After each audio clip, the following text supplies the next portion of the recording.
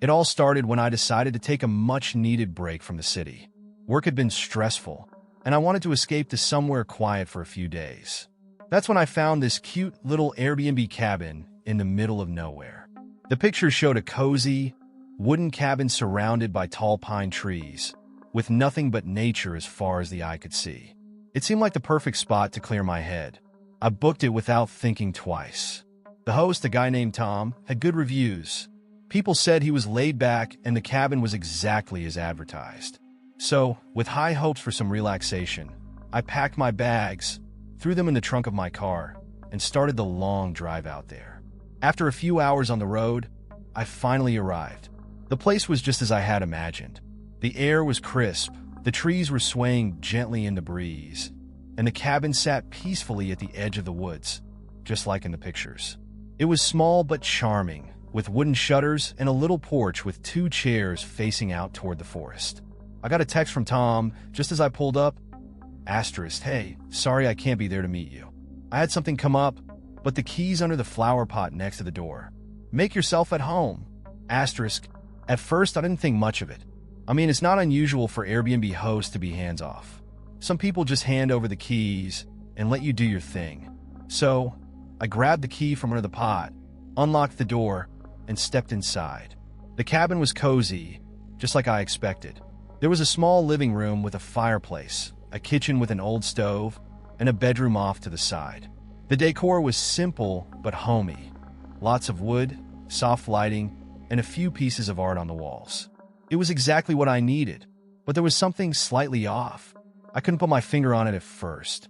Maybe it was just the fact that I was in the middle of nowhere, alone, and it was quieter than I was used to. The kind of quiet that makes every little noise stand out. A creak here, a rustle there. I shook it off, telling myself I was just adjusting to the peaceful setting. After unpacking my things, I made myself a cup of tea and settled onto the couch with a book. For a while, everything felt perfect. The calm I had been searching for was finally sinking in. As the evening wore on and the sun started to set, I went out to the porch to enjoy the last bit of daylight. The trees cast long shadows, and the air had that fresh, earthy smell that you only get when you're far away from the city. For the first time in weeks, I felt like I could really breathe. But as the light faded and night crept in, that uneasy feeling returned. I couldn't shake the sense that something was watching me, even though I knew it was just my imagination. I tried to brush it off, convincing myself it was all part of being alone in an unfamiliar place. Before I went to bed, I double-checked the front door, making sure it was locked. I was tired, and the drive had worn me out, so I figured a good night's sleep would help shake the weird vibes I was getting. I crawled into bed, pulled the blankets up tight, and closed my eyes. But that night, as the cabin settled into silence, I woke up to something strange, something I couldn't explain. And that's when things started to go wrong. That first night was when everything took a turn for the weird. I'd fallen asleep pretty quickly after the long day, but sometime in the early hours of the morning, I woke up. At first, I wasn't sure what had pulled me out of my sleep. The room was pitch dark, and the only sound I could hear was my own breathing. I glanced at my phone. It was 3:14 a.m. Great. The middle of the night, and I was wide awake. I shifted in bed, trying to get comfortable again, but just as I was about to roll over and close my eyes, I heard it. Footsteps. At first, I thought maybe it was just the house settling. Old wooden cabins make noises, right? But then, the footsteps got louder. They were slow and deliberate, like someone was walking carefully just outside my bedroom window. I held my breath, trying to listen closely, my heart starting to pound. It wasn't just random creaking. It was the sound of boots crunching on the gravel path outside the cabin. My throat tightened as I realized what I was hearing wasn't in my head. Someone was out there. I debated what to do. I didn't want to jump to conclusions and freak out. But at the same time, my instincts were screaming at me that something wasn't right. Slowly, I got out of bed and tiptoed over to the window, careful not to make any noise. I pulled back the curtain just a tiny bit and peered outside. Nothing. I scanned the yard, the path, the trees. There was no one there. The moonlight cast eerie shadows across the ground, but I didn't see anything unusual. Maybe it was an animal, I thought. After all, I was in the middle of the woods. It could have been a raccoon or a deer wandering around, making noise. But those footsteps, they sounded too human. I stood there for a minute, waiting to hear something else, but everything was silent again. Just the wind and the trees. After a few more moments of staring into the darkness, I decided I was probably overreacting. I told myself it was just my imagination playing tricks on me, that I was being paranoid because of how quiet and isolated the cabin was. Get a grip, I muttered under my breath as I climbed back into bed. But the unease lingered. Every creak, every little noise seemed louder in the silence of the night. I lay there, staring at the ceiling, listening, waiting for something to happen. For a long time, nothing did. Just the normal sounds of an old house settling in the middle of nowhere. Eventually, I must have fallen back asleep because the next thing I remember is waking up to sunlight streaming through the curtains.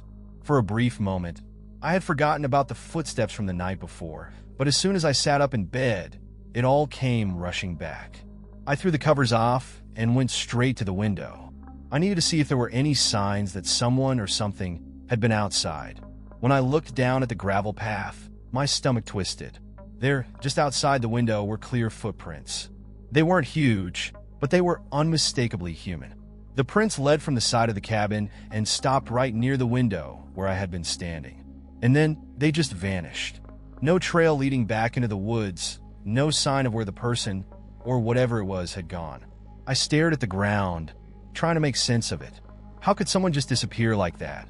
Shaking off the uneasy feeling, I convinced myself there had to be a logical explanation. Maybe the rain from the previous night had washed away the other tracks. Or maybe the ground had dried in some spots, hiding the rest of the footprints. Still, the sight of those prints sent a chill down my spine. I grabbed my phone and sent Tom a quick text. "Hey, just checking. Are there any neighbors or people who come by the cabin at night? I heard something last night and found footprints outside. I didn't expect an immediate response, but it didn't take long for Tom to reply. No neighbors close by. It's a pretty isolated spot. Sometimes animals wander through, though. Everything should be fine. His message was meant to reassure me, but instead, it made me feel even more unsettled. Footprints like that didn't belong to animals. And why would anyone be walking around in the middle of the night out here? I spent the rest of the morning trying to shake off the strange feeling that had settled over me. But no matter what I did, I couldn't stop thinking about the footsteps. I decided to go for a walk, hoping that getting out into the fresh air would clear my head. But even as I wandered the nearby trails, I couldn't shake the sensation that I wasn't as alone as I thought. The rest of the day was meant to be relaxing. I tried to stick to my original plan, enjoy some fresh air, take a few hikes, maybe read a book or two. But after what happened the night before, I couldn't shake this weird feeling that something was off about the cabin. I kept thinking about those footsteps, the ones that just stopped right under my window like someone had been watching me. I did my best to push it out of my mind. I went for a walk along one of the nearby trails, snapping a few pictures of the trees, the small stream that cut through the woods, and the wildflowers growing along the path. The woods themselves were beautiful, and I was trying to enjoy the peace and quiet. But there was always this nagging feeling like I was being watched. Every once in a while, I'd stop, turn around, and look behind me, half expecting to see someone or something standing there. But every time, the trail was empty. By the time I got back to the cabin, it was late afternoon. The sun was starting to sink low in the sky, casting long shadows across the yard. I figured I'd spend the rest of the evening inside, maybe light the fireplace, have a glass of wine, and finally get some real relaxation. But as soon as I stepped through the front door, something felt different. The air inside the cabin was still, like it had been untouched for hours. But the weird part? The door to the bathroom was open. I was sure I had closed it when I left. I stood there staring at it, trying to convince myself I just forgot, or that maybe the old cabin had weird drafts that moved doors on their own. Then, something else caught my eye. One of the chairs at the small kitchen table had been pulled out, like someone had been sitting there. I hadn't touched the chair since I arrived. My stomach tightened. Maybe I'm just remembering things wrong, I thought, trying to rationalize the situation. But deep down, I knew I wasn't that forgetful. I hadn't used the kitchen, and I certainly hadn't left the bathroom door open. I pulled out my phone and texted Tom again.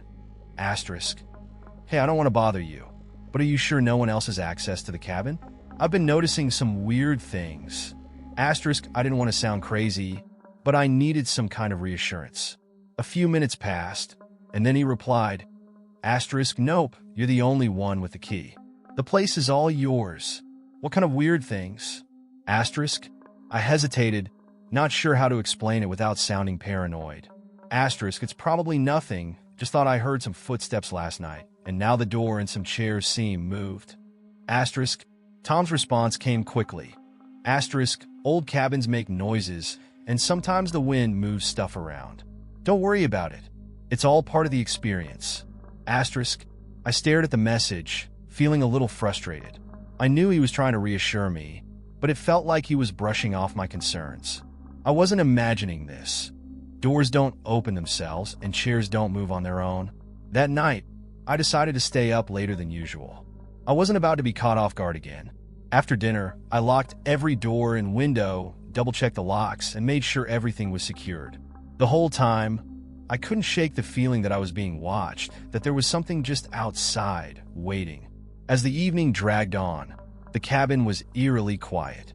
Too quiet. The kind of silence where even the slightest noise feels like an alarm going off in your head. I sat on the couch, sipping a glass of wine, trying to focus on the book I brought with me.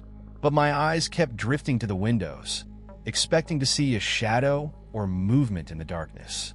Around 11 p.m., I heard a faint knock. It wasn't loud, but it was enough to make me freeze.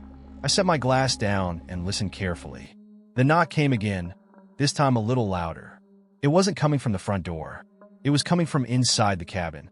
I stood up, heart racing, and slowly walked toward the sound. It was coming from one of the walls near the bedroom, like someone was tapping lightly with their knuckles. My first thought was, there's someone in the cabin, but I had locked everything. It was impossible. I reached out and touched the wall, feeling for vibrations, anything to explain the noise. Suddenly, the knocking stopped. Just like that, it was gone. I stood there for a moment, waiting for it to start again, but the cabin was silent once more. I backed away slowly, my hands trembling, and went back to the living room, grabbing my phone to text Tom again. Asterisk. I heard knocking this time from inside the cabin. Are you sure this place isn't haunted or something? Asterisk. I stared at the screen, waiting for a reply. After a few minutes, Tom responded. Asterisk. Ha! Definitely not haunted. Just an old cabin making its usual noises. You're totally fine. Asterisk. But I wasn't fine. I was starting to feel like I was losing it. I kept my phone close, pacing around the living room, trying to decide if I should just leave. But part of me felt ridiculous. What was I going to tell people? That I ran away because I heard some knocking? I tried to calm myself down, telling myself that I was just letting my imagination get the better of me. Eventually, I decided to call it a night. I was exhausted, and I figured maybe a good night's sleep would help me clear my head. But as I lay in bed, listening to the creaks and groans of the cabin, I couldn't shake the feeling that something was very wrong. I had barely closed my eyes when I heard the footsteps again. This time, they were louder, more distinct, and they were coming from right outside my bedroom window. Frozen in place, I listened as the footsteps circled the cabin, slow and deliberate. My heart pounded in my chest, and every instinct was telling me to run, but I couldn't move.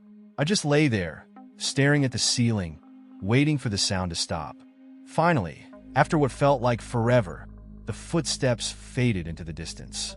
I sat up in bed, my entire body tense, and waited. But the silence had returned. I stayed awake for hours, too scared to sleep, watching the window, waiting for something or someone to appear. But nothing came. The morning after hearing the footsteps again, I woke up feeling like I hadn't slept at all. My head was heavy, my body felt sluggish, and the unease from the night before clung to me like a bad dream I couldn't shake. I couldn't stop thinking about those footsteps, how they seemed to circle the cabin, like someone was slowly, methodically walking around it, checking every window and door. I told myself it was probably just an animal, but deep down I didn't believe it. Those steps were too steady, too human. But when the sun came up, it was like the world snapped back into place. The daylight made the cabin feel normal again, almost peaceful. I almost laughed at how worked up I had gotten.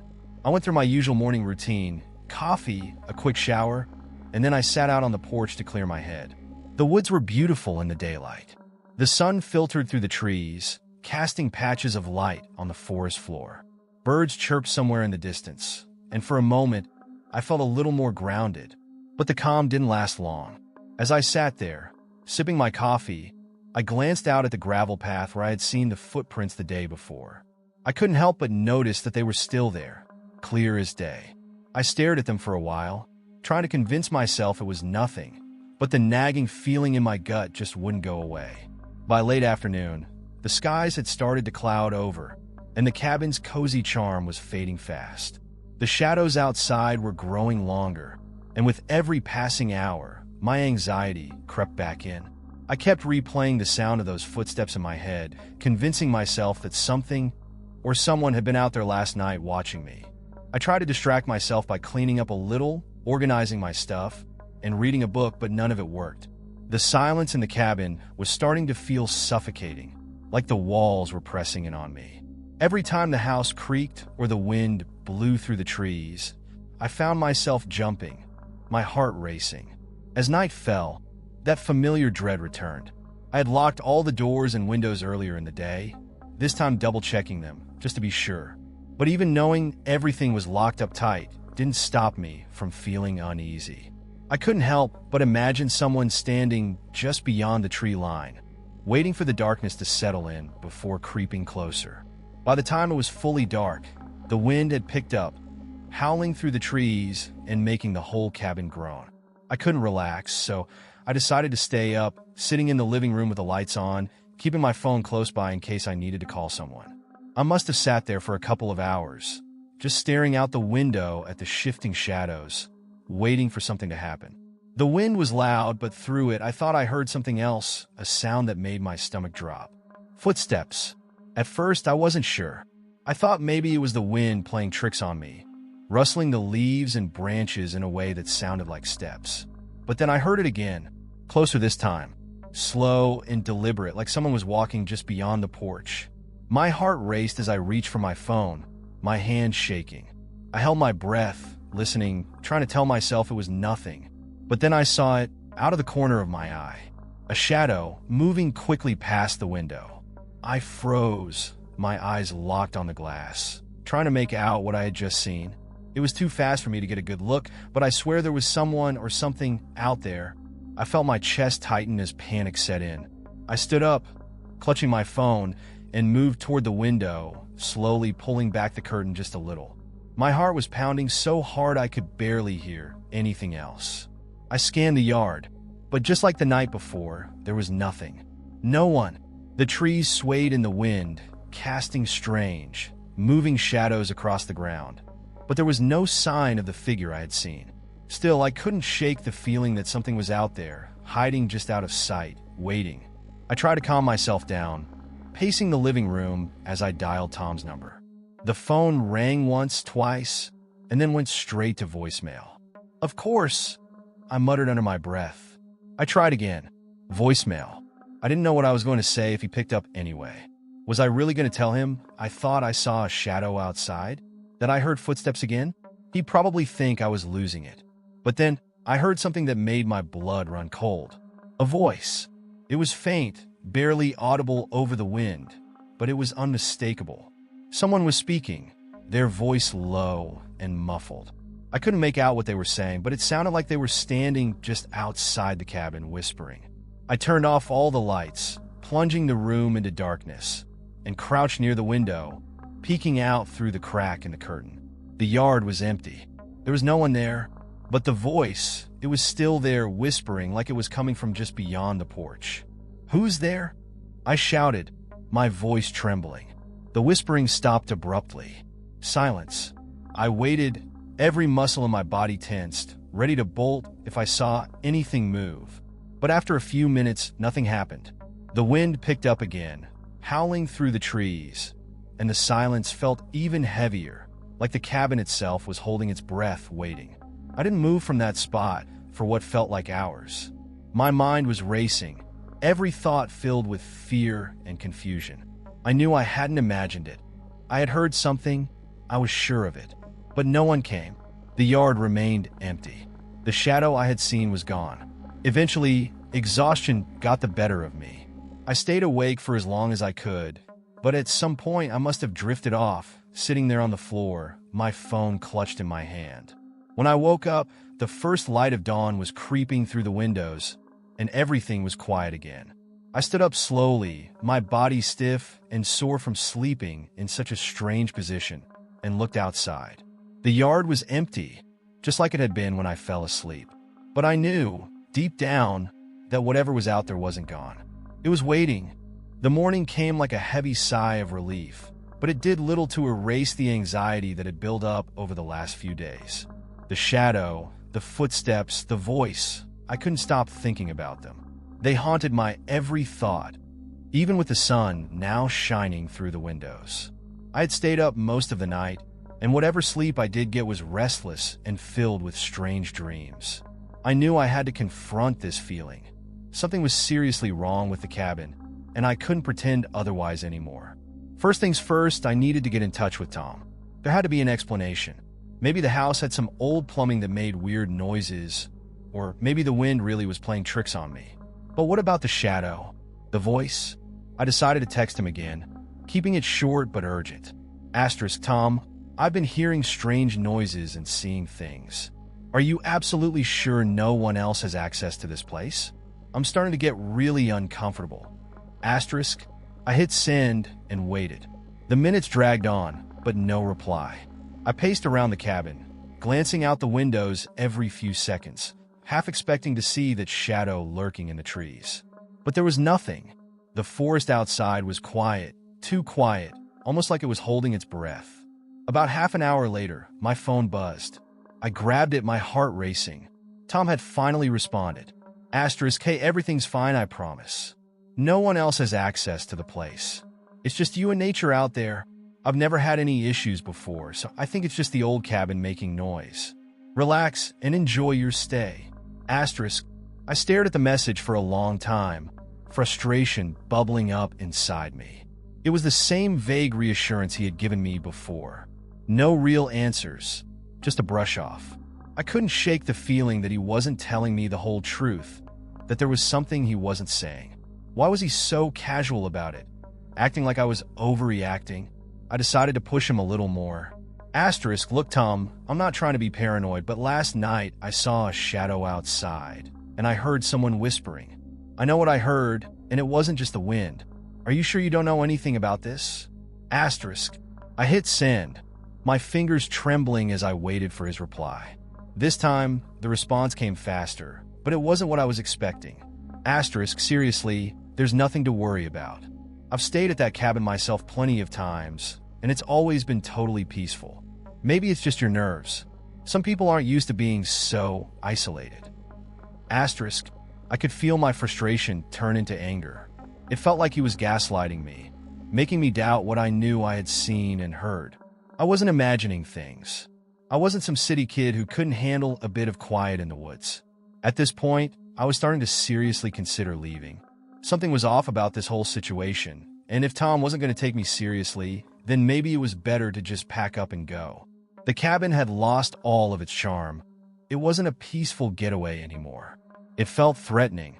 I spent most of the day trying to distract myself, but nothing worked. The unease settled in my bones, making it impossible to relax. Every little sound, the wind, the creaking floorboards, even the birds outside, felt like it was mocking me, reminding me that I wasn't alone here, no matter what Tom said. Later in the afternoon, I noticed something that made my blood run cold. I had been tidying up a bit, folding blankets and clearing dishes, when I glanced over at the small bookshelf near the fireplace. There was a thin layer of dust covering the top shelf, but what caught my attention was the dust itself. There were handprints, small, childlike handprints, as if someone had brushed their fingers through the dust recently. I hadn't noticed them before, and I sure as hell hadn't touched that shelf since I arrived. I felt a knot form in my stomach. My first thought was that maybe I had missed them earlier, that maybe they had been there when I arrived. But no, I would have noticed. Suddenly, my mind flashed back to the voice I had heard the night before, the faint, whispering voice that seemed to come from inside the cabin. Help me. Could it have been a child? But that didn't make any sense. There was no one else here. At least there wasn't supposed to be. I stood there for a long time, staring at those handprints, feeling the cold grip of fear tightening around me.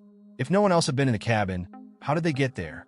I grabbed my phone again, this time dialing Tom directly. I needed to hear his voice to get some real answers. It rang once, twice, 3 times, and then he finally picked up. Hey, what's going on? Tom's voice sounded casual, almost too casual. Tom, listen, I said, trying to keep my voice steady. I'm not trying to be dramatic, but I think there's something really wrong with this place. I've heard footsteps, I've seen shadows, and now I'm finding handprints in the dust. I didn't put them there. You need to tell me the truth. Has anything weird ever happened here before? There was a long pause on the other end of the line. I could hear Tom breathing, but he didn't answer right away. The silence stretched on for what felt like an eternity. Finally, he spoke, but his tone had changed. It was quieter, more serious. Look, I don't want to freak you out, but I've heard a few strange things from past guests. Nothing dangerous, just weird. Some people say they've heard noises. Others have mentioned things moving around. But nothing ever really comes of it. It's just an old house. You're safe there, I promise. His words didn't comfort me at all. In fact, they made everything worse. If other people had experienced strange things here, why hadn't he mentioned it sooner? Why had he been so dismissive in his texts? Why didn't you tell me this before? I asked, my voice rising with anger. I've been sitting here, scared out of my mind, and you're just now telling me that other people have complained about this? I didn't want to freak you out, Tom said quickly. Most people don't even notice anything, and nothing bad has ever happened. It's just old houses make noise, you know? But I didn't know. I didn't believe him. Something about the way he was talking, the way he had brushed off my concerns from the start, made me feel like he wasn't telling me the whole story. I'm leaving tomorrow, I said, cutting him off. I don't care what you say. Something's wrong with this place, and I'm not sticking around to find out what. Tom didn't try to stop me. He just sighed and said, I understand. I'll refund you for the last night. Just be careful, okay? That was the last thing I wanted to hear. Be careful? What was that supposed to mean? I hung up without saying goodbye and threw my phone onto the couch, my heart racing. I was done with this place. Whatever was going on, I didn't care. I just wanted to get out of there as soon as possible. But deep down, I had a feeling that getting out wouldn't be as easy as I hoped. The rest of the day passed in a haze of anxiety.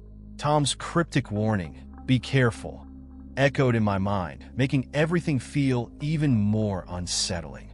I had already made up my mind to leave the next morning, but the idea of spending one more night in that cabin sent a shiver down my spine. I tried to keep myself busy, packing up my things and making sure I hadn't left anything out of place, but every sound the cabin made felt like a warning. Every creak, every rustle outside made my heart race. The sun was setting again, casting long shadows across the yard, and I felt my stomach tighten. I didn't want to spend another night here, but I didn't want to drive through the dark, winding roads that led out of the woods either. So I resolved to leave at first light, hoping that nothing too disturbing would happen in the meantime. I locked the doors again, triple-checking every window, and even barricaded the front door with a chair, just in case. As the night settled in, I sat on the couch, trying to distract myself with a movie, but I couldn't focus. My eyes kept darting toward the windows, expecting to see that shadow again, or hear those footsteps circling the cabin. I had never felt this level of paranoia before, and it was like my mind was spiraling out of control, grasping for any explanation to make sense of the creeping terror I couldn't shake. Then it happened. It was subtle at first, a faint tapping, almost like the soft pitter-patter of rain. Except it wasn't raining. The tapping grew louder, more insistent, like someone was knocking. No tapping at the walls of the cabin. I froze, gripping the edge of the couch, my breath shallow. The sound was coming from the bathroom. The same bathroom where I'd noticed the door mysteriously open the day before. I didn't want to go in there. Every instinct told me to stay where I was, to ignore it. But something was pulling me toward that door, some desperate need to understand what the hell was happening in this place.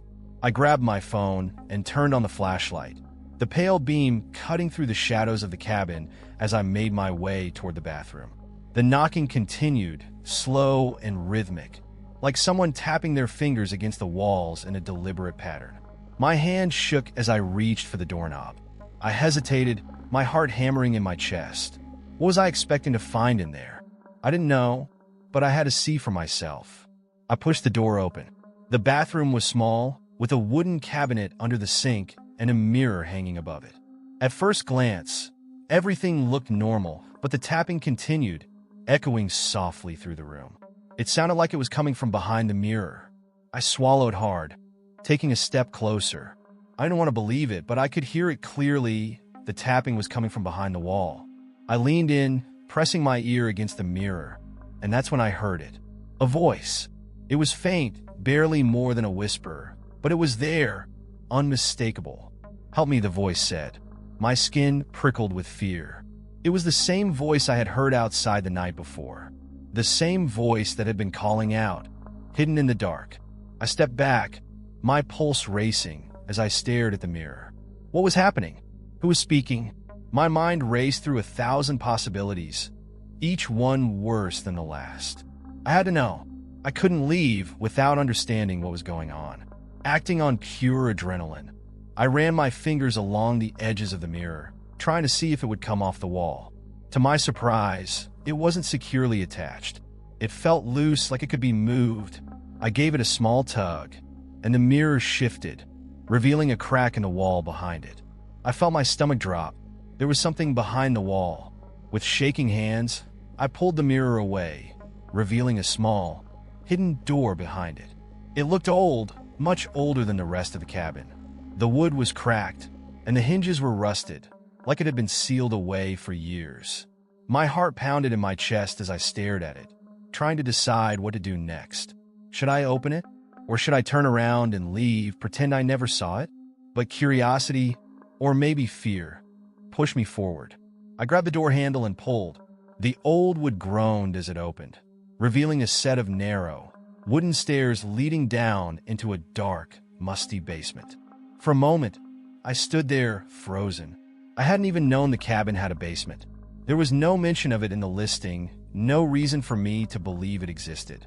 But here it was, hidden behind a mirror, waiting to be discovered. The air that wafted up from the basement was cold and damp, smelling of mildew, and something else. Something rotten. My hand shook as I held my phone's flashlight out, shining it down the stairs. The beam barely pierced the darkness, but I could make out the faint outline of a room below. I knew, deep down, that I shouldn't go down there. Every instinct screamed at me to turn around, to get out of the cabin and drive away as fast as I could. But something pulled me forward. I had to know what was down there. I had to understand what this place was hiding. Slowly, I descended the stairs, each creak of the wood making my heart skip a beat. The air grew colder the farther I went, the smell of rot growing stronger with every step.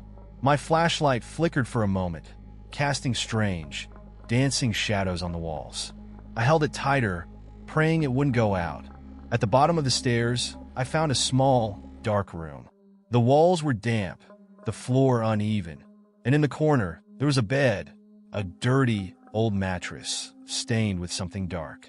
My stomach churned as I realized what I was looking at. Chains. Heavy iron chains bolted to the wall, long enough to reach the mattress, but not much farther. Someone had been kept down here, locked away.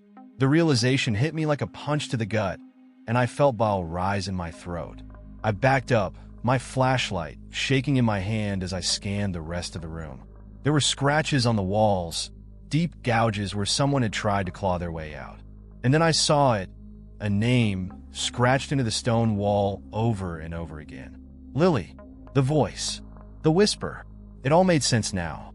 Whoever Lily was, she had been trapped down here, locked away behind the mirror. And she had been calling for help, reaching out from the past, or maybe from something worse. I couldn't stay down there any longer. I turned and bolted up the stairs, my heart pounding in my ears. As I reached the top and slammed the door shut behind me, I heard it again, the whisper. Help me! But this time, it was louder, closer. It wasn't coming from behind the mirror anymore. It was inside the cabin. I had to get out.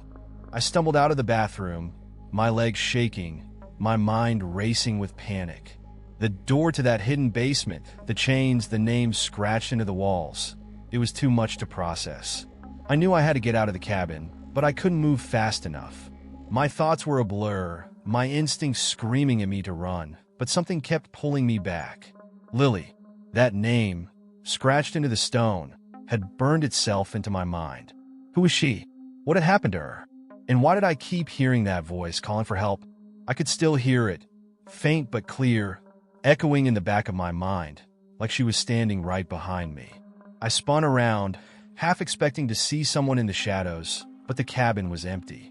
I took a deep breath, trying to steady my nerves. My hands were shaking so badly I could barely hold my phone. I was ready to pack up, leave everything behind, and drive away from this nightmare. But something, curiosity, maybe desperation, made me pause. I knew I should just leave, but I couldn't. Not yet. There was something else I needed to understand. My eyes landed on the living room, and that's when I remembered the floorboards. Earlier in the week, I had noticed something strange about the floor near the couch, a slight creak, like the boards weren't sitting right. I hadn't thought much of it at the time, but now I couldn't ignore it. After what I had found in the basement, I couldn't help but wonder if there was more. With shaking hands, I grabbed a nearby chair and carefully placed it on top of the creaky section of the floor. I stepped on it lightly, testing the boards. The floor gave a little under my weight, just enough to confirm that something was beneath it. I got down on my hands and knees, prying at the edges of the boards. They were loose, not nailed down like the rest of the floor. My heart raced as I pulled at them, lifting the boards one by one until a small, dark opening appeared below. It was another hidden space, barely big enough to fit a person. I aimed my flashlight inside, my breath catching in my throat. The space was shallow like a crawl space, and inside there were more chains, bolted to the wooden beams. But this time, there was something else, a small, tattered book lying in the middle of the space. My hands trembled as I reached in and grabbed the book, pulling it out into the light. The cover was worn, the pages yellowed with age, but it felt heavier than it should have, like it held secrets too terrible to share. I opened it carefully, flipping through the brittle pages. Most of it was handwritten, scrawled in messy, desperate handwriting. At first, I couldn't make sense of it. The writing was jumbled, frantic, but as I read more, the words started to come together. Lily was taken here. She cries every night. He says no one can hear her, but I can. I hear her scratching, screaming. He keeps her locked up, just like the others before her. No one will ever find them. No one will ever find me. My blood ran cold as I read the words, realizing what the book was. Someone had kept a journal. They had documented the people who had been trapped in the cabin, the people who had been chained up in the basement, locked away from the world. And Lily was one of them. I flipped through more pages, my breath catching as the story unfolded. Whoever had written this journal had been trapped in the cabin too, just like Lily.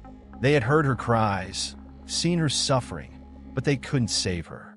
The journal was filled with scribbled descriptions of nights spent in terror, of hearing footsteps, voices, and the constant sound of scratching. And then one passage made me stop cold. He comes at night. He watches from the trees. Sometimes I hear him inside the walls, like he's always just out of sight, waiting. He says he'll take me next. Says no one will ever believe me. He hides in the shadows and no one ever sees him, but I know he's there. I swallowed hard, my throat dry. The hairs on the back of my neck stood up. The footsteps I'd heard, the shadow outside the window. It wasn't just a ghostly presence. Someone or something had been watching me just like the journal said.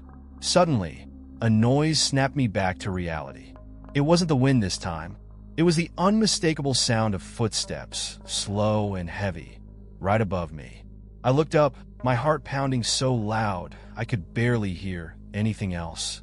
The footsteps moved across the ceiling, slow and deliberate, like someone was walking across the attic. I hadn't even known the cabin had an attic. But the footsteps were real. Someone was up there. I stood frozen for a moment, unsure of what to do. My instinct screamed at me to run, but my body wouldn't move. I couldn't just leave without knowing who or what was in this cabin with me. I forced myself to move, grabbing my phone and heading toward the hallway where I had seen a small pull-down ladder earlier in the week. I had thought it was just a storage area, but now I realized it led to the attic. My fingers trembled as I pulled the ladder down, the wood creaking loudly in the silence. The footsteps stopped. For a few long seconds, everything was deathly quiet. I stood at the base of the ladder, holding my breath, waiting for something, anything, to happen. But nothing did. The air was thick with tension, like the cabin itself was waiting for my next move. I had to see. I had to know. Slowly, I climbed the ladder, my flashlight shaking in my hand. The attic was dark, dusty, and cramped. The smell of decay hit me as soon as I reached the top, making me gag. I shone the flashlight around, scanning the small space, looking for any sign of what had made those footsteps. And then I saw it. In the far corner of the attic, there was a figure, a small, hunched figure, sitting with its back to me. At first, I thought it was a mannequin or some kind of strange decoration, but then it moved. Its head turned slightly, just enough for me to see the long, tangled hair hanging over its face. My heart stopped. It was a person. The figure shifted slightly, its bony arms reaching out toward the wall, scratching at the wood like it was trying to escape. My stomach lurched as I realized what I was seeing. Lily. The voice, the footsteps, the shadow, it had all been her. She wasn't a ghost. She had been here the whole time, trapped in this cabin, just like the journal had said. I couldn't move. I couldn't breathe. The realization hit me like a freight train. She had never left. She had been trapped here, suffering for God knows how long. And now, she was reaching out for help, just like the whispers had begged. But before I could say or do anything, the figure turned fully toward me, its face still hidden by the long, matted hair. The scratching stopped, and for a brief moment, the air was still. Then she whispered, "Help me." I turned and bolted down the ladder, my heart racing, my mind screaming at me to get out. I didn't stop. I didn't look back. I grabbed my keys, threw open the door, and ran to my car, not caring if I had left anything behind.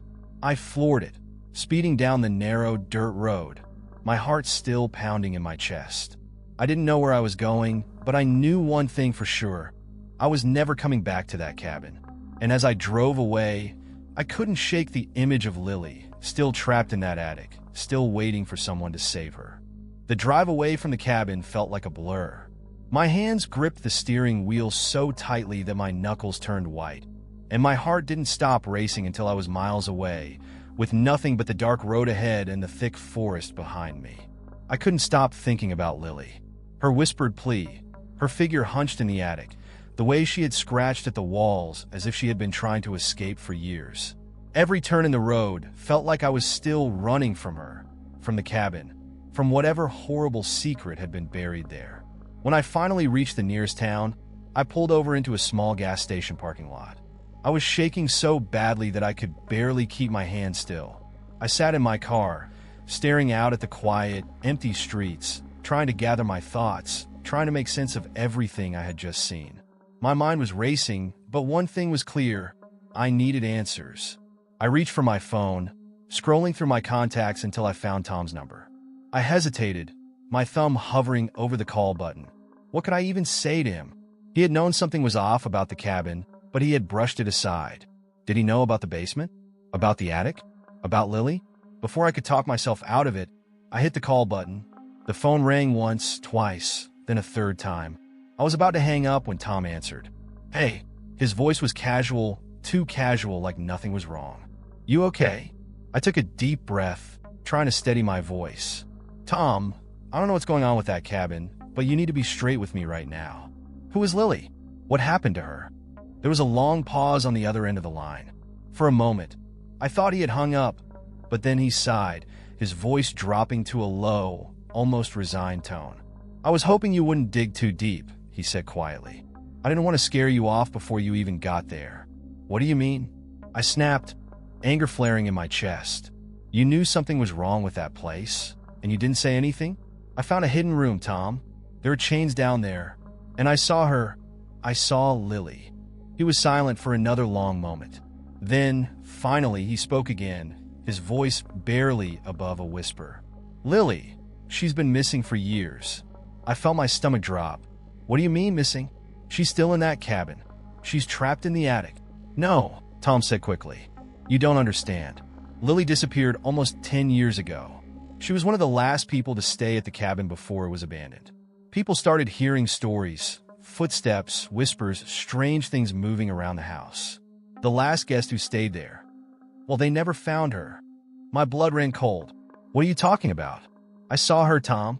She's still there. She's alive." Tom's voice was grim. "That's not possible. The place has been empty for years. No one's been in there, not even me. I only rent it out occasionally because people seem drawn to it for some reason. But every time, they leave early, like you. They always tell me the same thing: footsteps, voices, shadows. And some of them say they see her." I could feel my heart pounding in my chest. "But I saw her. She was real, Tom. I could hear her. I could see her. She's not some ghost." Tom sighed again, the weight of it heavy through the phone. "She's not a ghost, not exactly. But she's not alive either. Lily died in that cabin. They never found her body, but everyone in town knew what had happened. The old owner, he was a sick man. He used to lock people up, trap them in the basement. Some say he was a collector of sorts, keeping people like trophies. Lily was just the last of them."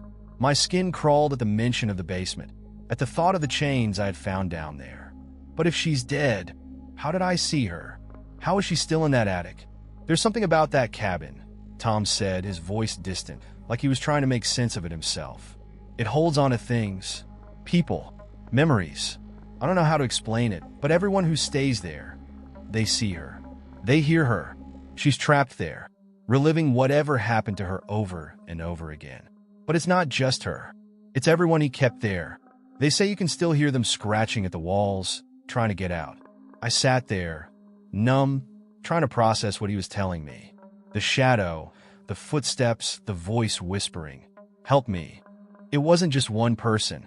It was all of them, trapped in that cabin, locked away by a man who had turned it into a prison. "You should have told me," I said quietly, my voice trembling with a mixture of fear and anger. "You knew this was going to happen." "I didn't want to scare you off," Tom admitted. "I thought maybe if you didn't know, it would just be a quiet weekend. I didn't think you'd find the basement. Or the attic. Most people don't." I could feel the anger rising in my chest. "You're putting people in danger. You can't keep renting that place out.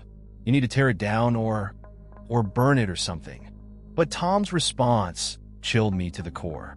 "I can't. That's the thing about that place. It won't let anyone destroy it. People have tried, but something always stops them. The cabin wants to keep its secrets. It wants to keep them there." I sat in stunned silence, my mind reeling.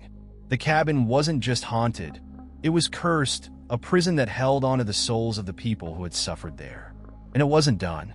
It had let me see Lily, let me hear her story, but I knew, deep down, that if I had stayed, it wouldn't have stopped there. It would have trapped me too. "Get out of there," Tom said, his voice more urgent now. "Don't come back. Don't tell anyone where you were. Just leave it alone." I didn't need to be told twice. Without another word, I hung up the phone, my hands shaking as I started the car again. I drove away from that gas station, leaving the town and the cabin far behind, but the weight of what I had seen stayed with me.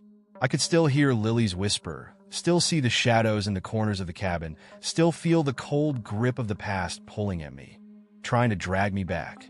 As I drove farther away, I knew one thing for certain: I would never speak of that cabin again.